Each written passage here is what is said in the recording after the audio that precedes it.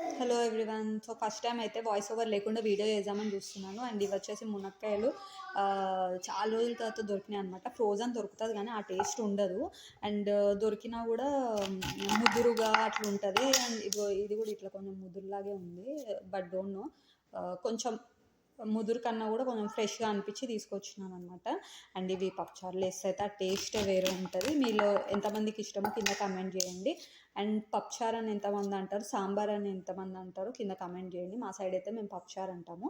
And అదే కదా, సాంబార్ కూడా అన్ని వెజిటేబుల్స్ వేసి చేస్తారు, పప్పుచారు కూడా అట్లనే చేస్తాము. ఒక్కొక్కసారి అయితే వెజిటేబుల్స్ లేకుండా వేస్తాను, మరి దాన్ని కూడా పప్పుచారే అని అంట. సో కింద కమెంట్ చేయండి. నేనైతే సాంబార్ ఇది పప్పుచారు చేసిన తర్వాత అయితే చూపిస్తాను.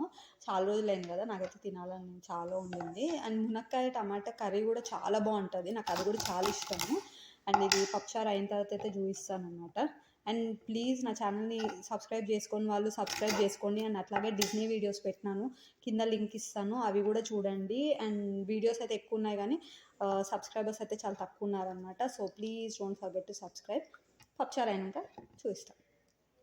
సో నేనైతే ఆర్గానిక్ వర్జిన్ ఆయిల్ యూజ్ చేస్తాను అనమాట, కోకోనట్ ఆయిల్. సో ఇది స్టార్టింగ్లో కొంచెం టేస్ట్ తెలిసేది కానీ ఇప్పుడైతే ఏం అనిపించట్లేదు, చాలా నార్మల్గా అనిపిస్తుంది. అండ్ చాలా మంచిది కూడా. అండ్ కర్రీలో వేస్తే అయితే సేమ్ కోకోనట్ పౌడర్ కర్రీలో వేసుకున్నట్టు ఉంటుంది అనమాట. ట్రై చేయకపోతే ట్రై చేయండి. అండ్ ఫైనల్లీ నా పప్పుచారు అయితే రెడీ అయిపోయింది, వేడి వేడిగా ఉంది.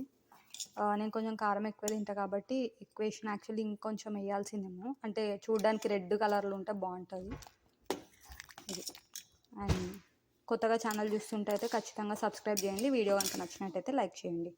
Thank you for watching.